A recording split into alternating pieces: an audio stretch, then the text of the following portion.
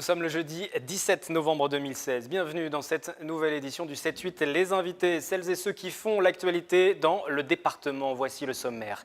Marie-Christine Le Tarnec dans le fauteuil de maire à Guyancourt. Élue en début de semaine, elle succède à François Deligné.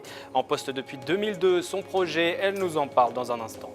Le département des Yvelines poursuit sa politique d'insertion et met l'accent sur la formation. Les précisions de Catherine Arenoux, vice-présidente en charge de ces questions. Et puis, rencontre avec Ronan Rivière, metteur en scène de Faust, présenté au théâtre Montansier à Versailles vendredi soir. Vous allez redécouvrir l'un des couples les plus mythiques de la littérature, un couple né sous la plume de Goethe. Politique donc, avec une nouvelle ère qui débute à Guyancourt. François Deligné, maire depuis 2002, vient de céder sa place à Marie-Christine Le Tarnec. À 60 ans, l'ancienne première adjointe chargée de l'éducation, de la jeunesse, des finances, va donc prendre en main les rênes de la commune. Nicolas Kirillovitz est allé la rencontrer avec Lucille Decker pour les images. Marie-Christine Le Tarnec est désormais la nouvelle maire de Guyancourt depuis ce mardi 15 novembre. Elle a été élue avec 26 voix pour, 4 blancs et 2 contre. Madame Le Tarnec, Madame la maire, la nouvelle maire de Guyancourt, dites-nous quel est votre sentiment, quel sentiment vous anime ce soir? J'imagine qu'il doit y avoir de la fierté, de l'émotion. Alors beaucoup d'émotions aussi, puisque je me retrouve devant beaucoup d'habitants qui étaient effectivement présents pour cette élection. Et puis une responsabilité, je mesure la responsabilité qui est la mienne maintenant d'être maire de Guyancourt. Et j'aurai à cœur effectivement de répondre à la demande des Guyancourtois et de continuer le projet de ville pour lequel ils nous ont élus. Justement, comment vous envisagez ces 4 nouvelles années pour vous en tant que maire? Ça a été beaucoup répété dans la soirée, le mot continuité, c'est celui-ci qu'il faut retenir en priorité? Alors oui, puisque j'ai été élue sur une liste depuis 2014, donc maintenant je suis maire effectivement au milieu du mandat, mais j'ai participé à la liste de François Deligné. On a été élu pour un mandat effectivement de 6 ans avec un projet de ville et je vais respecter les engagements qui ont été pris devant les Guyancourtois et on va les tenir. Quel va être le rôle selon vous, enfin pour vous, de François Deligné désormais qui reste au sein du conseil municipal? Est-ce que vous allez vous appuyer sur ses conseils, son expérience dans un premier temps? Comment vous envisagez votre nouvelle relation avec lui? Alors François Deligné a toujours dit qu'il ferait la totalité du mandat, donc il respecte effectivement ce qu'il a dit, il sera conseiller municipal. Je vais profiter, et l'ensemble de l'équipe vont profiter de son expérience, de ses compétences sur de nombreux sujets et on est ravis effectivement qu'il reste avec nous jusqu'à la fin du mandat comme il l'avait annoncé. Quels sont les grands dossiers qui vous attendent là tout de suite, prochainement pour Guyancourt? Sur quoi vous allez plancher très rapidement? Alors on a des continuités, il y a le Mal des Saules sur lequel on va effectivement poursuivre le travail. Il y a l'arrivée de la ligne 18 avec l'aménagement du terrain Thalès. On a il y a l'entrée de Villarrois aussi avec la maison de santé pluridisciplinaire, des logements qui arrivent. On a beaucoup d'engagements qui ont été pris, qui commencent effectivement à se mettre en place ou à se terminer, comme Châteauneuf où la clinique de soins de suite va ouvrir ses portes au mois de janvier. Et on a un projet de résidence intergénérationnelle qui verra le jour d'ici quelques mois. Un dernier mot sur vos futures relations avec l'opposition municipale ici à Guyancourt. Elle a été parfois, c'était rare, mais parfois compliquée avec M. Deligné. On part sur de nouvelles bases avec vous en tant que maire? Je ne sais pas, ça dépendra beaucoup aussi de leur comportement. Je l'ai dit dans mon discours, le conseil municipal, c'est un endroit où on peut débattre, mais il faut être respectueux des idées des personnes et c'est ce que j'attends de l'opposition. Merci Madame le maire, merci beaucoup. Oui, merci à vous. Social, le conseil départemental des Yvelines et son agence d'insertion Activity ont embauché des bénéficiaires du RSA dans les différents collèges. Je vous propose d'écouter à ce sujet Catherine Arenoux, c'est la vice-présidente déléguée à l'insertion, la politique de la ville au sein de ce conseil départemental des Yvelines. C'est un dispositif, c'est ça, qui a été pensé au printemps 2016, mis en place, je vous dis 4 mois de mise en place, pour trouver avec Pôle emploi les profils, pour prendre en charge, parce que l'État et le département payent le contrat aidé, mais Pôle emploi assure la formation de ces agents, parce qu'il était aussi question à la fois de leur trouver un emploi, mais de les mettre dans une perspective à la fois de formation pour une employabilité pour l'avenir.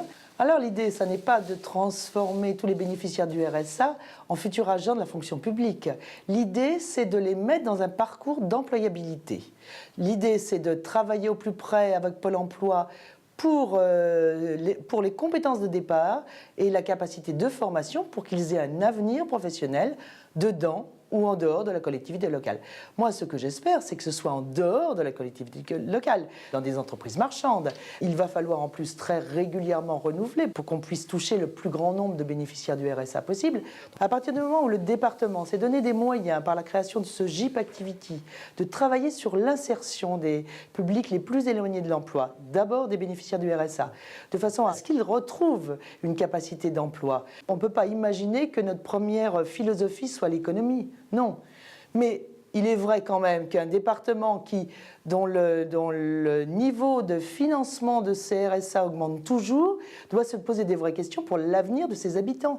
L'avenir de ses habitants, c'est à chaque fois que c'est possible, mettre en insertion. Ça, il a des capacités à faire, nous nous sommes donné les moyens. Le JIP Activity, actuellement, ne regroupe pas bien évidemment que le département. L'État est présent autour de lui, le Pôle emploi est présent, la Caisse d'allocation familiale est présente, maintenant les communautés, une grosse communauté urbaine du département est présente, la région est présente, c'est-à-dire qu'on est en fait dans cette logique de formation et puis de remettre à l'emploi les habitants de nos territoires les plus éloignés de l'emploi.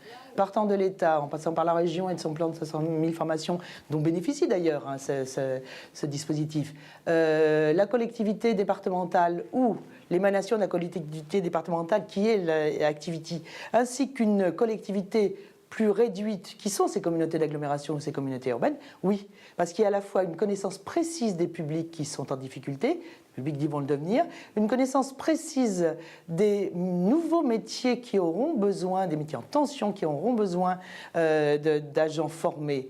Et c'est aussi ça, il faut aussi travailler un petit peu en amont. Et puis c'est les pouvoirs publics les plus élevés, c'est-à-dire l'État et la région qui sont en capacité de former et de donner des moyens financiers.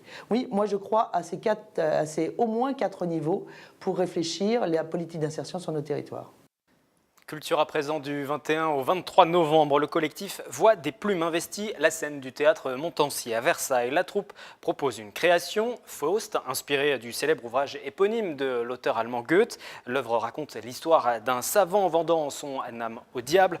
Pour rester avec sa dulcinée, Mélanie Poquet a rencontré Ronan Rivière, c'est le metteur en scène. Ronan Rivière, bonjour. Bonjour. Donc vous présentez Faust au théâtre Montansier.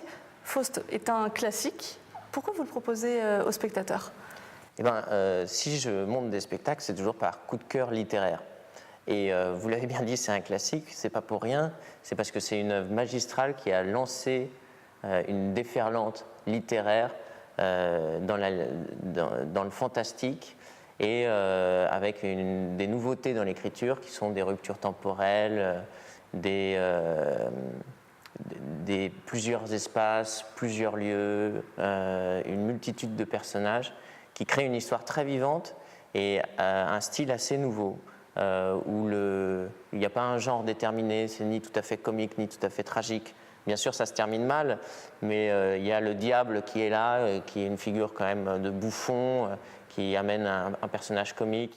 Et qu'est-ce qui vous a attiré principalement ? Vous parlez de la tragédie, l'écriture de Goethe, les personnages en eux-mêmes ? Alors, plus que l'écriture de Goethe, c'est le couple Goethe-Nerval qui me plaît. Alors de Nerval qui est le traducteur voilà. De la pièce. Mais qui est pas n'importe quel traducteur. Goethe était très carré, il a très structuré, un grand homme politique qui a structuré la langue allemande avec ses œuvres et qui a fait des œuvres totalement nouvelles, mais avec quand même une grande réflexion. Et Nerval y ajoute un souffle romantique français, on va dire, puisque lui était le contraire de Goethe, un grand poète romantique et totalement tourmenté, complètement fou, on peut le dire. Et comment vous avez demandé à vos acteurs de travailler ? Il y a du drame, il y a de la tragédie, comment ça se joue ? Alors, surtout de ne pas penser à drame, tragédie ou comédie, à vivre sur l'instant les choses, tout en faisant entendre le texte, ça nécessite une technique, mais toujours dans l'optique d'un théâtre populaire, on est à mi-chemin entre le naturel et le style. Donc on joue avec toute notre sincérité, mais on n'est pas naturaliste dans le sens où on n'est pas à la télévision. Donc il faut faire passer, on élargit et on vit les choses comme si tout était assez exceptionnel. Merci Ronan Merci à Rivière. vous. Et donc Faust, c'est jusqu'au 23 novembre.